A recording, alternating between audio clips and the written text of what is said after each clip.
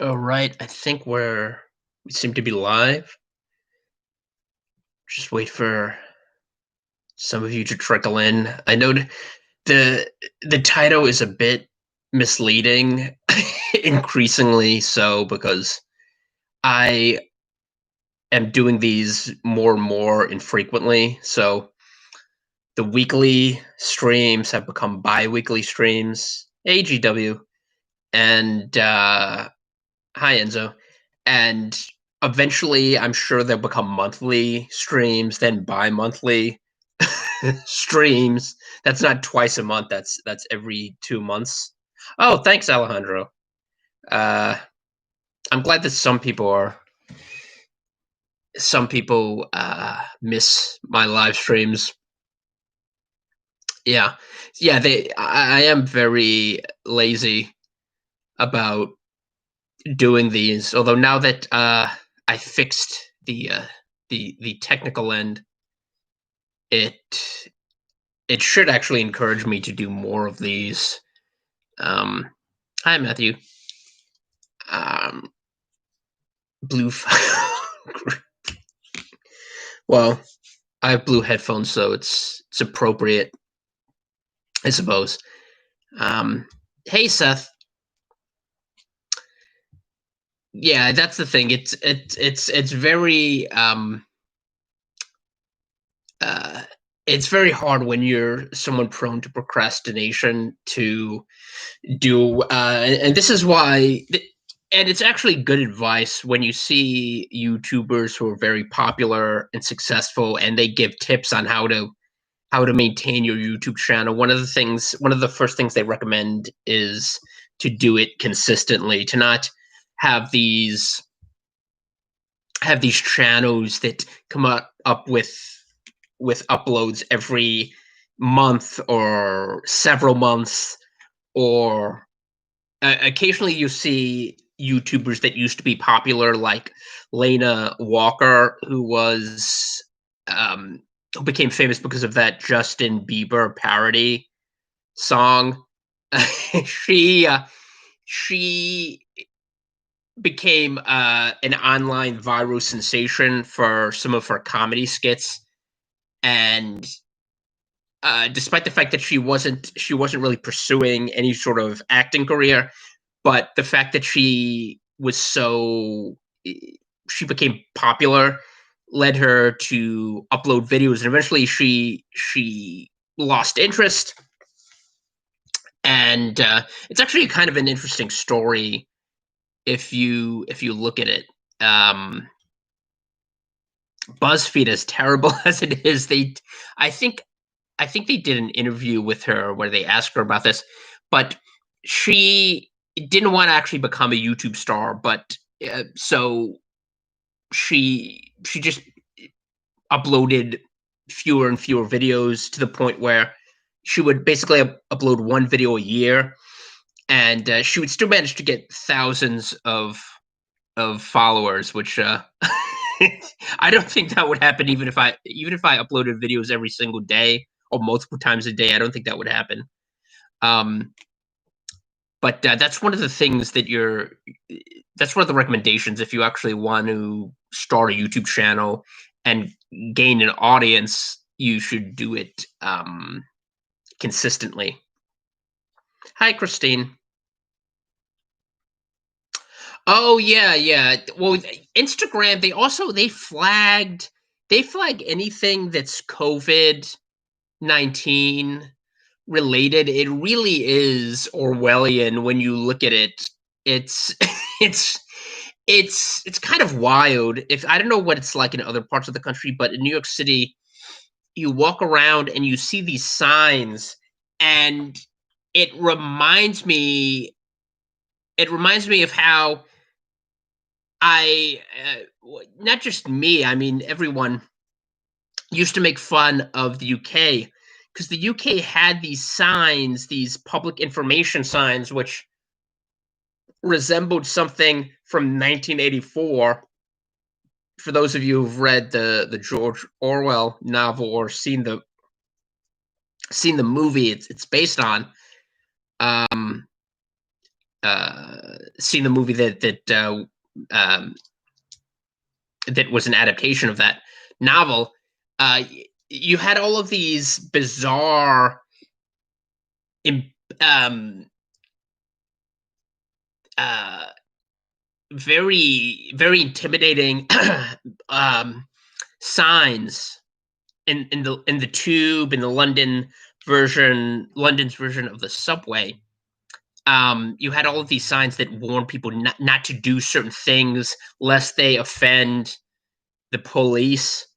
And if you look at the Twitter accounts for some of these English and Scottish, basically any British constabulary, they they warn people who express wrong think who say who say who say things or write things that run afoul of the current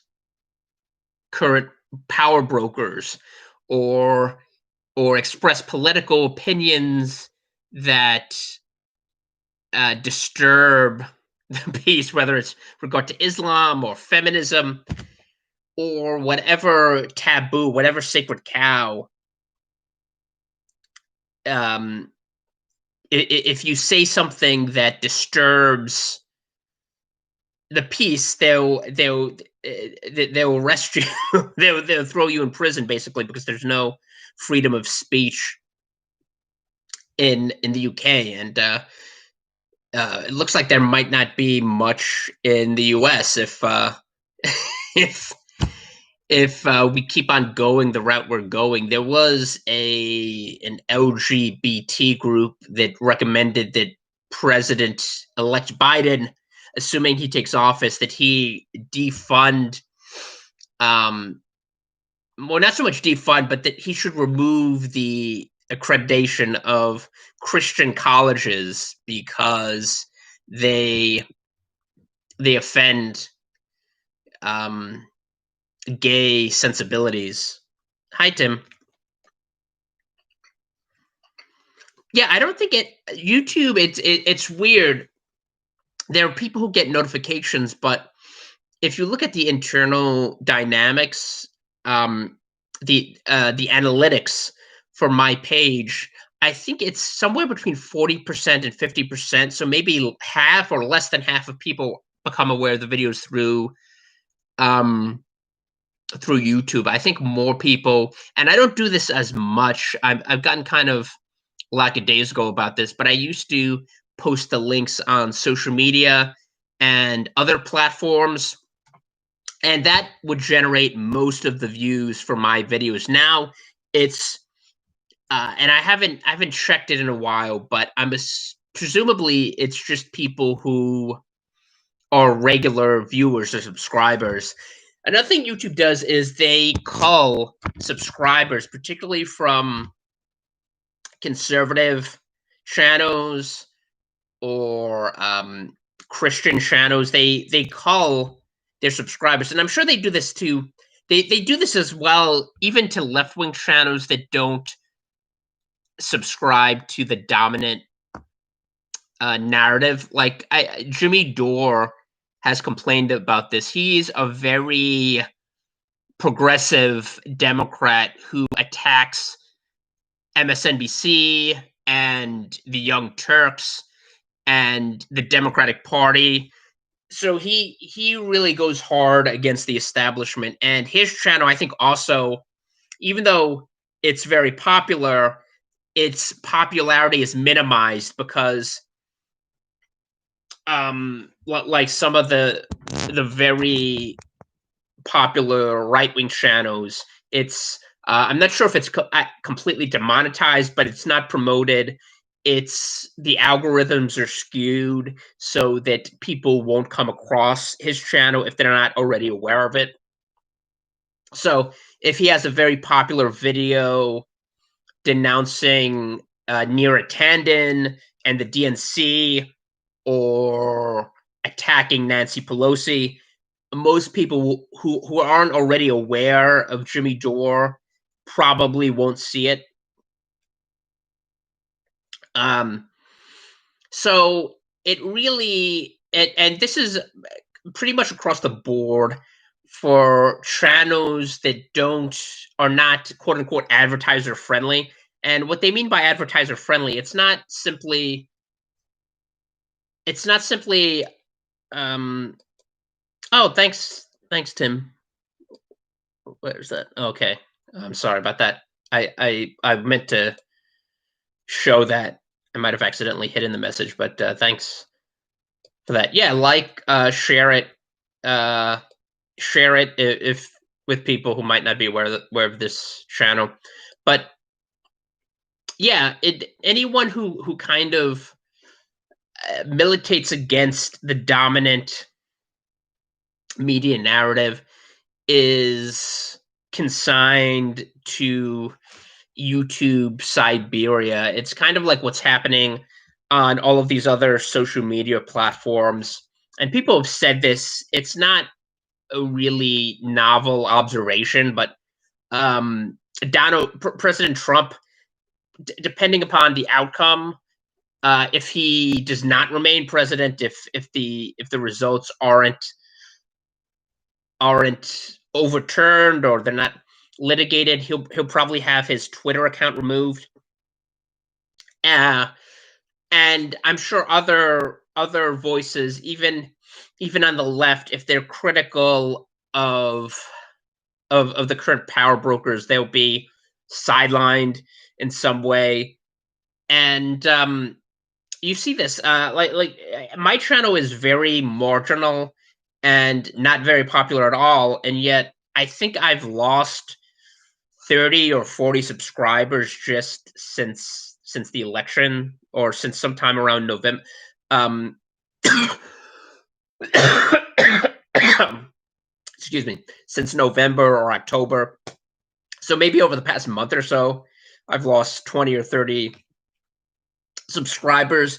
And it's possible some of these people just decide to unsubscribe. But even when I'm not uploading anything, I lose 1 or 2 subscribers daily for a very minuscule channel. In all things considered, I mean, I have under 1,000 subscribers, so it's not like I'm on anyone's radar.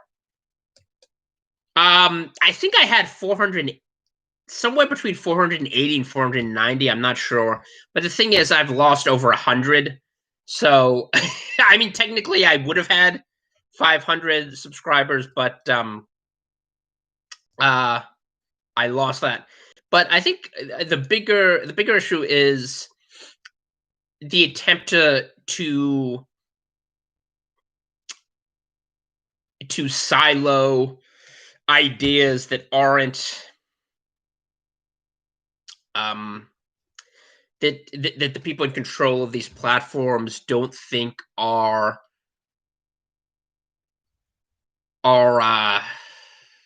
how do I put this? The ideas that aren't helpful to them. So they're sort of acting as arbiters of information, and they're the worst people. they're they're the worst judges of which information should be disseminated.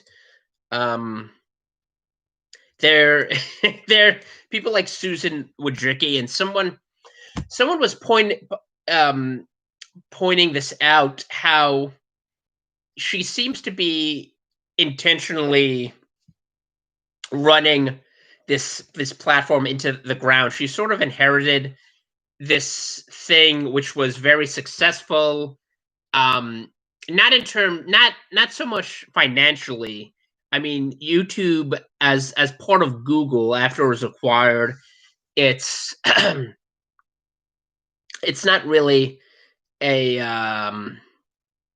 it's and I don't know how profitable it is, but it's a successful video sharing platform in the sense that it's the most popular universal video sharing platform in the world, and yet her actions would seem to make it less and less appealing to ordinary people, the people who just go to YouTube.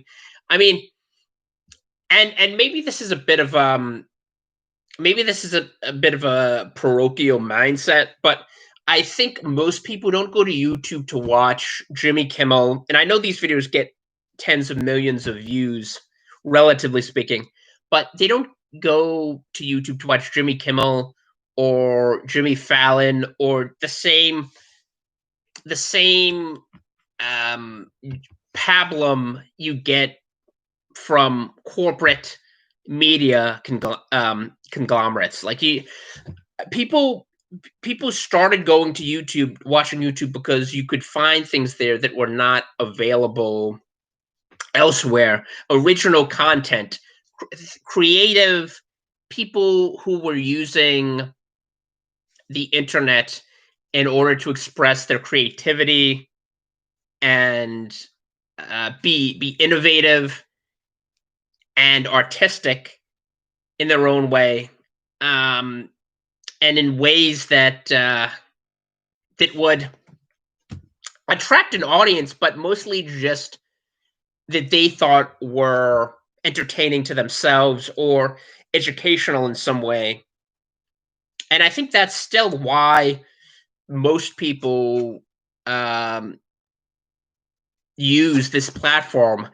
I mean, I'm sure there's a huge percentage of YouTube users who just go here for those stupid, inane makeup tutorials or to watch some regurgitated late night monologue from from what's his face on CBS. And I'm sure there's a large percentage of the population that uses it for that purpose, but I don't think that's why the platform was invented or why it became attractive to such a broad swath of the population. I mean, people, um, yeah, history documentaries. Even if you restrict yourself just to the history side of YouTube, you have so many brilliant channels like History with Hilbert, which are short videos that look at specific historical topics, or 4 Minute History, which are these short animated videos that address specific topics like the the war between the Lancastrian and the Yorkist houses, the War of the Roses, or the Indonesian War of Independence. And you have long form video channels like Mark Felton's history channel, where he looks at World War One and World War Two through these very in depth. Usually, it's it. He has moving pictures or stills with his narration. He's a British historian, and those are spectacular. And he's supported by users, and that's why you get almost all of this content. These corporate channels that are subsidized by their parent companies to the tune of tens of millions of dollars. I mean, that's not what people look for when they go to YouTube.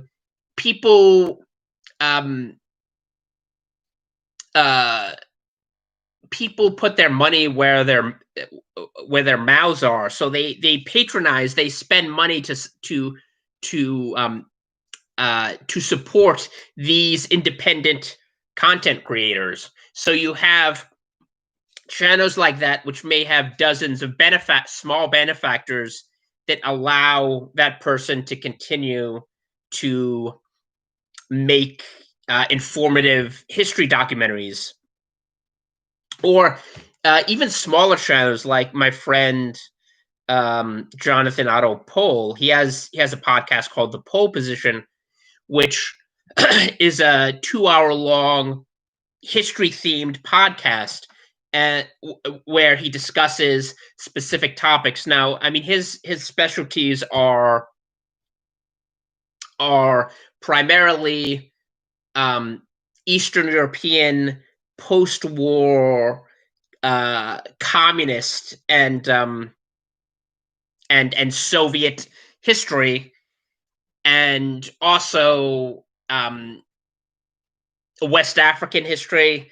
He was a professor in Ghana for a long time, and Kurdish Near East history, particularly with respect to Kurdistan and northern Iraq. And he has these great. He also, I would suggest visiting his channel as well. Um, J Otto Pole, or the pole position is the name of the show, but you can see some his videos. He has hundreds of videos, and I've actually been a guest on his podcast. Hey, Carolina, uh, Carolina, Car- I always don't know how to pronounce that. But yeah, channels like his. Hi, Lisa. Uh, yeah, so like even history, you have much bigger channels, which are also kind of interesting, like um World War One and World War Two with oh man, I forget his name. I can't think of it right now, but it's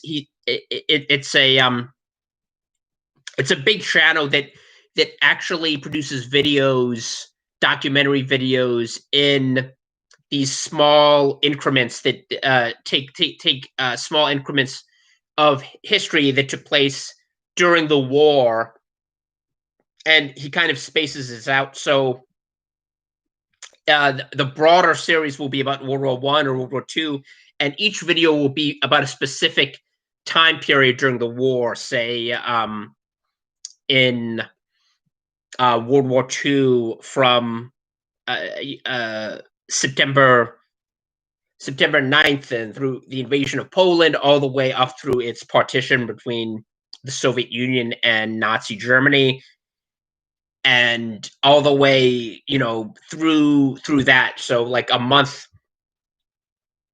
um, like that month, and it'll go through all the things that occurred during that time period.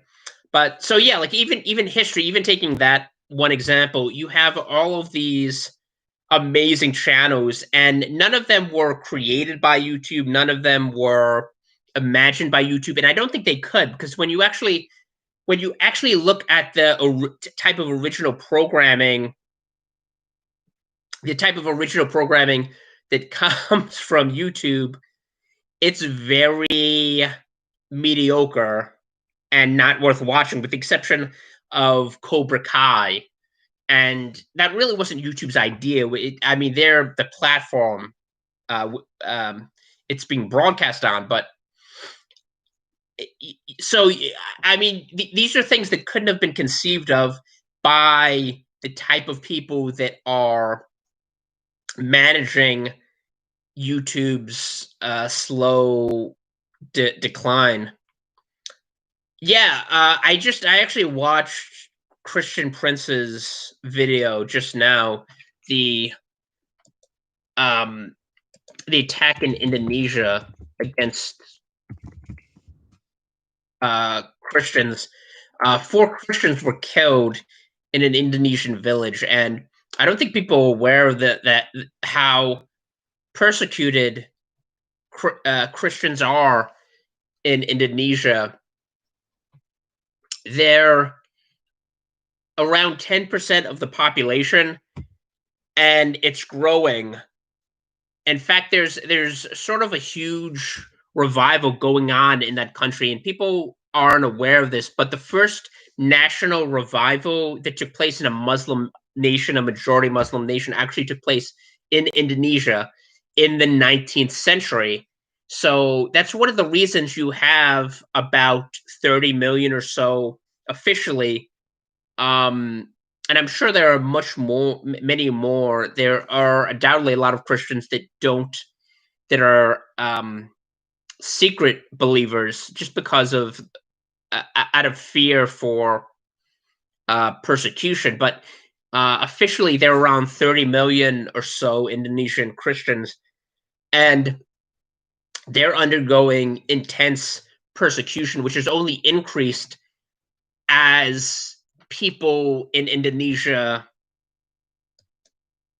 abandon Islam. A large number abandon Islam. You're seeing increased violence directed at them, although it's been pretty consistent since, particularly since the end of the Suharto regime, where these jihadist factions were wooed in order for him to retain power. Eventually, Suharto, I believe, he abdicated and died, and was replaced by Habibie, someone in the Indonesian army, a leader. But once Indonesia transitioned into a quote unquote democratic country, the persecution became even worse of Christians, um, as well as Chinese people, and it's kind of interesting. There was a writer, V.S. Nepal. He was an East Indian writer, very famous for his novels. His most famous one was the how the A House for Mr. Biswas. That was his first really widely acclaimed novel. So he was a famous writer from the Caribbean, an Indian writer. And he wrote these two books, Among the Believers and Beyond Belief, which were, in a sense, travelogues, but also a sociological study of these four non-Arab Muslim countries: Pakistan, Iran, Indonesia, and Malaysia, which were undergoing huge, intense ferment during the late 70s. The first book was published, I think, in 78 after the Iranian Revolution. And right around the time that Pakistan transitioned into a more militant Islamist aligned government. And one of the countries he visited was Indonesia. And the two books are interesting because he sort of charts the evolution of Islam, not just Islam, but the reaction to Islam in these countries. And one of the things that's happened in Indonesia is you've seen an intensification of jihadist fervor, and it's in reaction to the revival that's happening. Like the number of Indonesians that are finally learning about Islam, the true nature of Islam through the internet. They're exposed to they're exposed to actual translation of what the Quran is and who Muhammad was. They're learning about these things through the internet in their own language, and therefore they're understanding how corrupt and wicked and useless it is. I think in Jeremiah 10:8, when God is condemning the idol worshippers, he says the stock, they are altogether brutish and foolish. The stock is a doctrine of vanities. It's basically people who created this elaborate doctrine, this belief system based around these wooden and stone idols and worship of different figures, and that's sort of what Islam is. It's a stock. It's a doctrine that's a stock of vanities, and people in Indonesia are learning about that, and it's created this huge revival on the island. People abandoning Islam and also learning about the gospel. So you're seeing the the the um the militancy and the violence and the terror increase in response to that. This is sort of this isn't this is a reaction. This is a very reactionary response to something that they can't control, that the imams and the people in charge of Indonesia, the Indonesian military, they can't really control. So they're using their only real weapon, which is to try to kill as many believers and intimidate as many believers as they can, which I don't think will be successful because it never is. Um, I mean, that was one of the things that happened in response to the persecution under Nero and Diocletian and Julian the Apostate and other Roman emperors. The persecution actually grew the church as people saw the church's response to persecution. So I think that's going to happen in Indonesia and in other places like Nigeria. But yeah. Anyway, that was a bit of a tangent, but I think I've gone for over a half hour, so I think I'm going to wrap this up. But thanks everyone for coming. Tim, Christine, Richard, Neil. I think I missed you, and where was Chicago? Yeah, yes. Seekin. Um, uh, Thanks everyone for coming. Like I said, be feel free to share if you. I'm glad those of you who watch this channel are still here. And I will see you soon. Hopefully, my next video will be a lot. the the span between this video and my next will be a lot shorter. And I will talk to you later. Night.